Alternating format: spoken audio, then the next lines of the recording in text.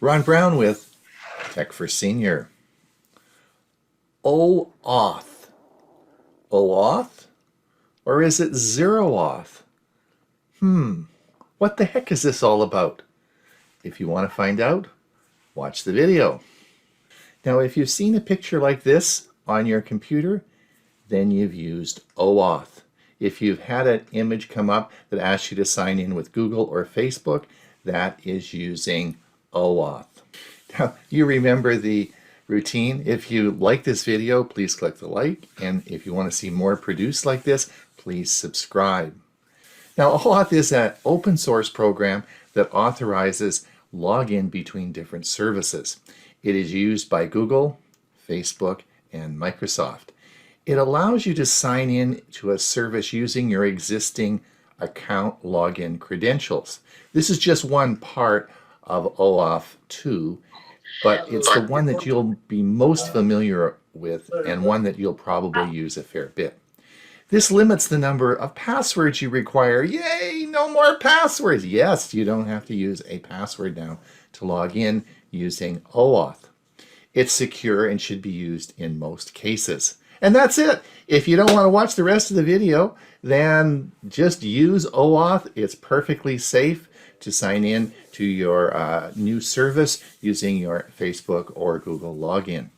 Now, if you want to find out more about this, let's watch the video. So let me give you an example.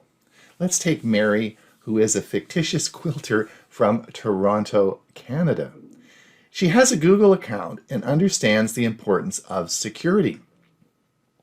She has a secure password and two-factor authentication set for the account. Mary has a Google Drive, Gmail, and a big presence on YouTube, so she understands that her Google account must be secure, and she guards that very carefully. Now, Mary has just been to a fictitious website called the Quilting Company of America. This is situated in Los Angeles, California, in the United States. It's a big organization that sells in many countries. Mary has seen their website and would like to purchase some products, but she needs a login to create an account. How should she go about this?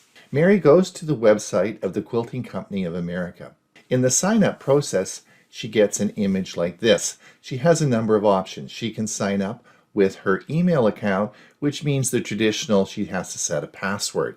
But she also has the option of signing in with Facebook or signing in through her Google account. What should she do? In signing in with her Google account, would this compromise it in any way? Is she giving the Quilting Company of America the keys to the castle? Let's find out how this works. So the traditional way of setting up an account is to sign up with email. And in this case, Mary would sign up with her email, setting a username and password, as most of you do when you set up an account in a new service. But Mary struggles with passwords. She hates them. She has a hard time with passwords. So she wonders about signing in with her Google account. So how this works is Mary goes to the Quilting Company of America. She starts the process to create a new account. Now, she is already logged into her Google account because she uses Chrome and she's always logged into her account. So the computer knows who Mary is. To log into her Google account, she has to put her password in and use two-factor authentication. It is a very secure account, and Google knows that is really Mary. So Mary then goes to the Quilting Company of America and says, I want to log in with my Google account. So the Quilting Company of America then sends Google a request, and it says, hey, who is this Mary person? Is it really Mary? And Google sends some information back confirming that yes, it is Mary. Now it also sends some personal information back to the Quilting Company of America. You may be concerned about that, and I'll explain that in a minute. Now let's look at the relationship between the two services. We have, of course, Google, who is a big security giant in the world today. They pioneered a lot of the security services such as two-factor authentication that we use today. So they have a relationship between the Quilting Company of America. And the relationship is OAuth. And OAuth is the open source software that allows communication of secure data between the two. So Google is going to send a token to the Quilting Company of America and say, yes, this is Mary. What's in that token would be a special code that would indicate Mary's presence and the fact that she is Mary, and also some personal information, and we'll talk about that in a minute. But the important thing to know is this is a one-time token that only contains an authorization code to allow Mary to create a new user account with the Quilting Company of America. It's really an identification. Now, what is in the token? Well, the token can contain a lot of different information, and you'll ultimately get the opportunity to decide if you want the information sent to your new account. And I'll show you how this works in a minute. But things that would normally be in the token would, of course, be the code that would identify you. And there's no security information there from your Google account. It is simply a one-time code that Google sends to the new service saying, yes, it is Mary. But in the token, they may also send, for example, your name, your email address, could be location, your IP address. They will send some information that would be requested from the service that you're signing up to. Now, and that information would differ depending on what service you're signing into, and I'll show you that in just a minute. This is an example I'd like to use. This is when I decided to sign in to Spotify using my Facebook account. So this is the Spotify initial sign in menu, and I'm going to click the sign up button at the top and get started. So let's see what happens. This is the menu that I'm initially greeted with, and you can see it's pretty well standard. What's your email address, confirm your email, create a password, and what's the name of the profile account. So it's asking me some questions, but also it gives me the option of just signing in with my Facebook account. Now, my personal Facebook account is important to me. I'm on there all day long. I have a two-factor authentication and a very secure password. But I'm not worried, so I'm going to sign up with my Facebook account. So let's see what happens when I click that button. So this is the next menu. It says Spotify is requesting access to your name and profile picture. This is what they're requesting Facebook send to them. Only my name and my profile picture. Well, I'm going to have to use my name anyway to sign into the account, so I don't really mind Facebook sending my name. Not sure why Spotify needs my picture, but what the heck, they can have my picture. And then I'm going to continue as Ronald and click the button. So this means that Facebook is going to send Spotify my name, my first name, my last name, my profile picture, and confirm that it actually is me because I am logged into my Facebook account. And if you want to view the actual information in the Access menu, you click View Access, and again, there would be name and profile picture. So once that's completed, Spotify lets me in. Well, the account isn't complete yet. And of course, you'll see here that they want to know my email address, which of course would be a standard thing for logging in. And usually and then of course I have to put my birth date in, my gender, and complete the initiation and application process. But the information came over from Facebook was my first name, last name, and somewhere there is my picture. And this is how you would go on to create your account. But the important thing here is there's nowhere I have to set a password. And when I come back, after I create the Spotify account, when I come back again, I can again just log in with my Facebook account, and the token gets sent again, and I'm simply put into my account. So I don't actually have to create a separate password for Spotify. So in summary, signing into a service with OAuth using your Google, Facebook, or Microsoft account. This service is secure and endorsed by the services mentioned. It makes it easier by limiting the number of passwords, and this is safe and it should be encouraged. This is a good service. I wouldn't usually use it for infrequent sites you're going to go through. You are going to be sending some personal information to the receiving site, and if you're not going to use that site very often, probably better to sign in using a different service. And again, the goal is to help with the password crisis that we have today. You don't have to create a password to do this. Yay! Just remember, this is Cybersecurity Month. I read on a blog yesterday that Google, in observance of Cybersecurity Awareness Month, plans to auto-enroll 150 million users in two-step verification and require 2 million YouTube creators to turn on the security feature by the end of 2021. Yes, if you make YouTube videos, you will have to have two-step verification turned on. Having a second form of authentication when you log into your accounts dramatically decreases the likelihood of an attacker gaining access to your personal information. Well, that's Ron Brown with Tech for Senior. You remember now, if you like this video, please click the like and certainly subscribe to our service. It really helps us continue making videos such as you've just seen. So hopefully you know now what OAuth is. It's safe to use and no more passwords. Great. So until we see you again, have a great day. You know the drill. Please like and subscribe to our channel. SOTD, Site of the Day. I'm Hewie Poplock.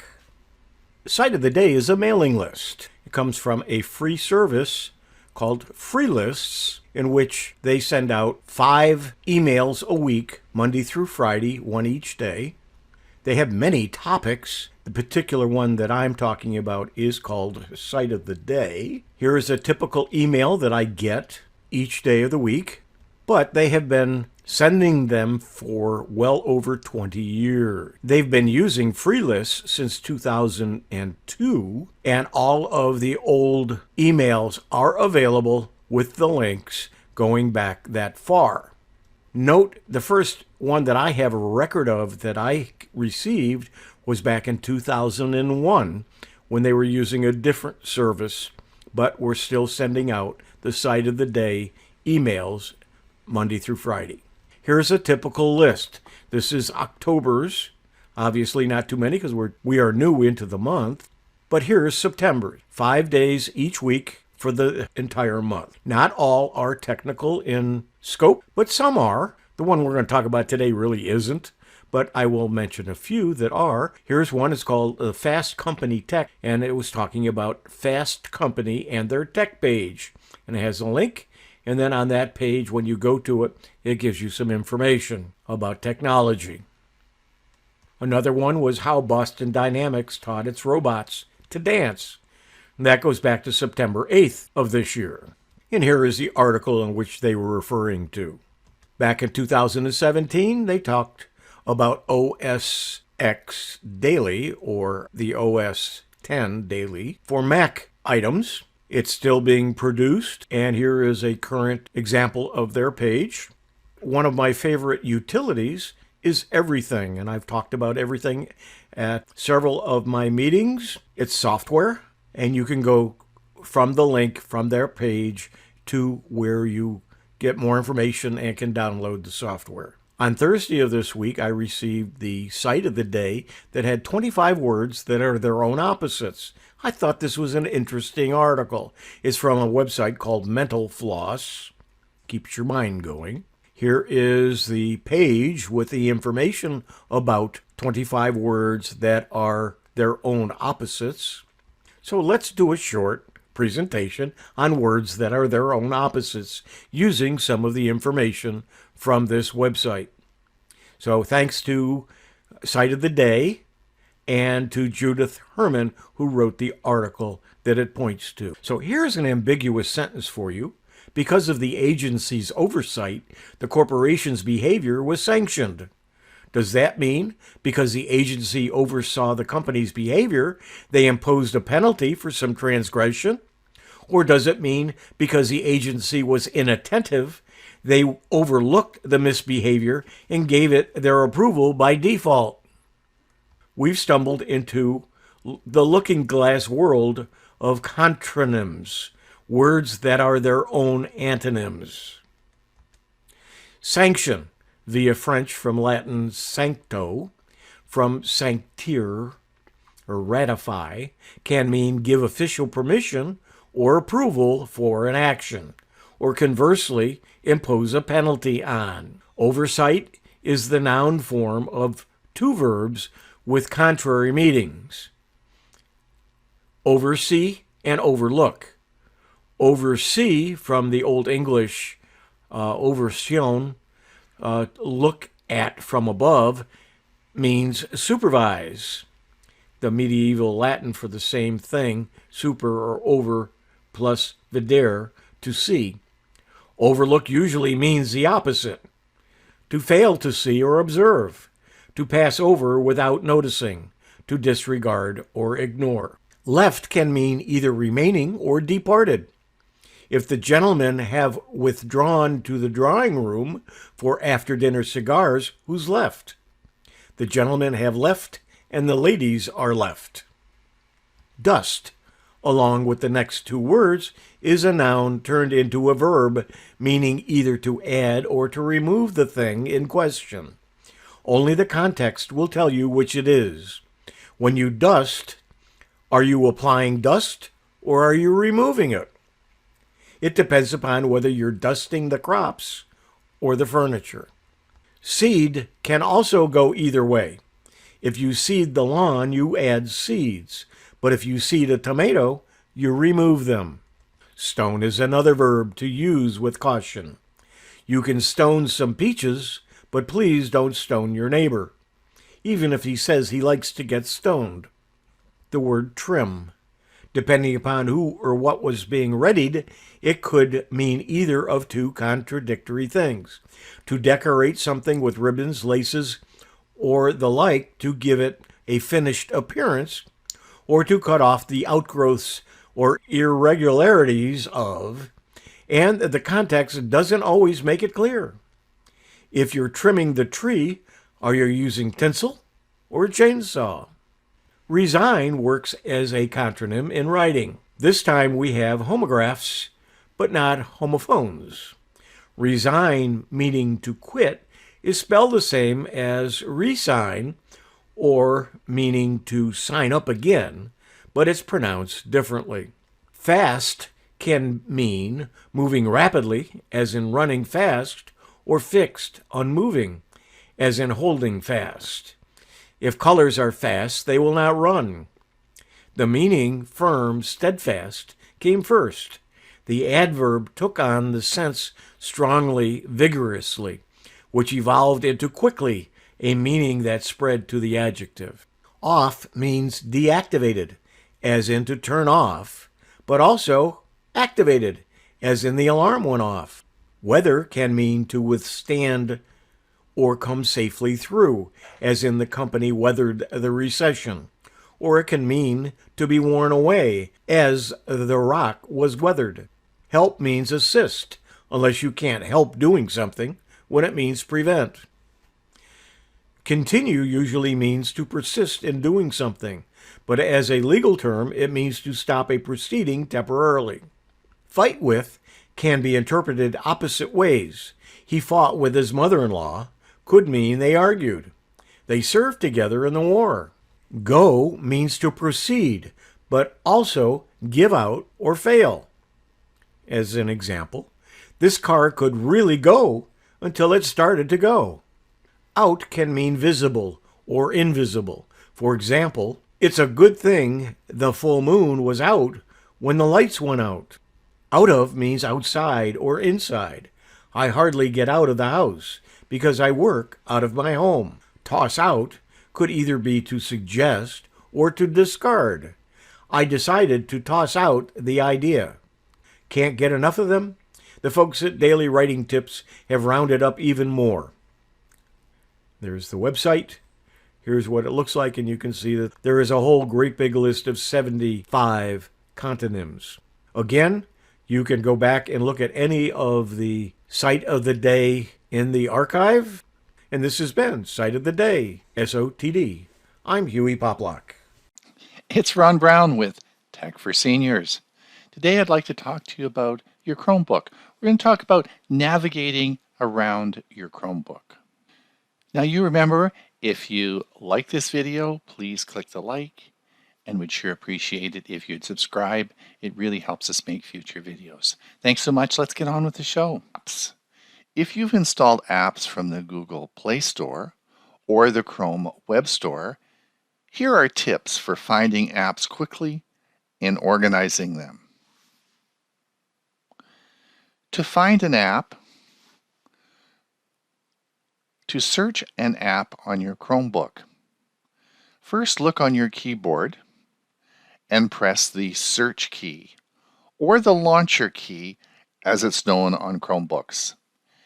Enter the name of the app you want and the app will show in your search results. All right, let's open an app. In the corner of your screen, select the launcher, and you'll see a list of the apps used recently. Select the app you'd like to open, and if you want to see all of your apps, just select the up arrow. Use app shortcuts to a specific feature or action within the app. To see if an app has a shortcut, first, in the corner of your screen, select the launcher and the up arrow. Right-click on the app from the drop-down menu and you'll see if there are any shortcuts. To search for an app shortcut, in the corner of your screen, select the launcher. Start typing the search box. If a shortcut is available, it will appear just below the search box. All right, let's customize your desktop. We're going to pin a web page to your desktop. If you go to the same web page often, you might want to pin it to your desktop. Let's open a web page in Chrome. Select More Tools, and create a shortcut. Let's right-click the shortcut icon and select Pin to the Shelf. This is how you pin a web page to your shelf. Let's move or hide the row of apps. You can change the position of the row of apps, also called the shelf. If you right-click on the shelf, you then can point to shelf position. Choose where you'd like the shelf to go, on the bottom of the screen or on the left or right side. To hide the shelf and status area, right-click and select Auto Hide Shelf. When they're hidden, move the pointer to that side of the screen to see your apps, bookmarks, and account picture. To stop hiding the shelf, right-click the shelf and uncheck Auto Hide Shelf.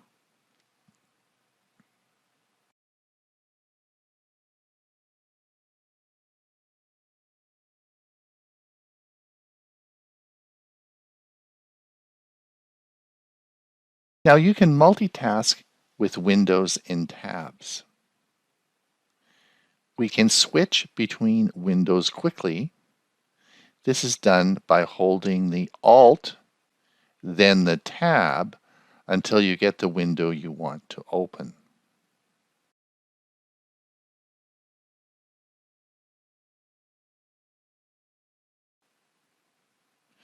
You can see two windows at the same time. On the windows you want to see, click and hold the Maximize button. Drag it to the left or right arrow. Repeat for a second window. Or you can use the shortcut Alt plus the left or right parenthesis. A faster way to do this is just go to the overview window, drag the page you want, and drag it to the right. There it is. Then take the next page you want, drag it to the left.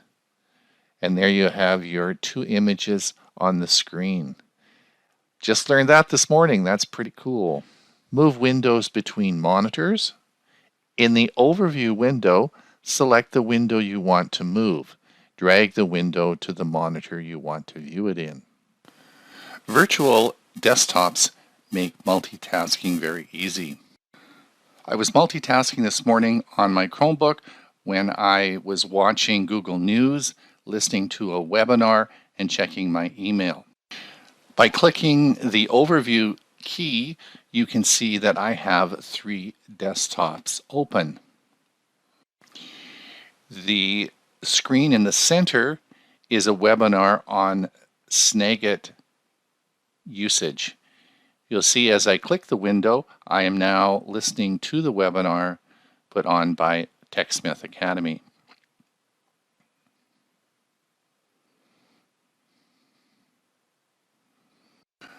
By clicking on the desktop, I will start the app that is open at that point on the desktop. As you can see, I've called the center desktop called Snagit, which is running my webinar, and I'm calling the first desktop News. The third desktop we will label Email. So now our desktops are labeled, which makes it easy to identify. In the Chrome operating system, you can have up to 5 virtual desktops with, of course, multiple applications open in each desktop. Hitting the overview key allows you easily to select which desktop you like. A real cool feature that I use all the time. Video chat for your Chromebook couldn't be easier. You can use Google Meet. You can start a face-to-face video call with Google Meet from your calendar, Gmail, Microsoft Outlook, or a web browser. You can use Google Duo. To chat with Duo, you must install the app and verify your phone number. You can certainly do a Zoom conference call. You can download the Zoom app for your Chromebook. And again, you can use Microsoft Teams with your Chromebook. You have noticed that the keys at the top of your keypad are not function keys. These have unique features for your Chromebook. You can change the mapping of these keys through your Chromebook settings. You can go to the Settings selection, click Device section, and then select Keyboard, and you can remap some of these keys. I would be a little cautious with this because it may affect the functionality of some of your apps. Also, you can, with the click of a switch, turn your function keys back on so the top row of your keyboard will function with the function keys enabled.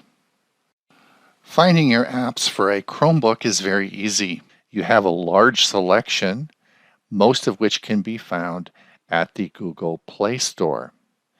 You also have Google Web Apps that can be found online. Check your Assistant activity on your Chromebook. When you set up your Google Assistant on your Chromebook, you may be asked to turn on certain settings. You can choose to turn them on or off at any time.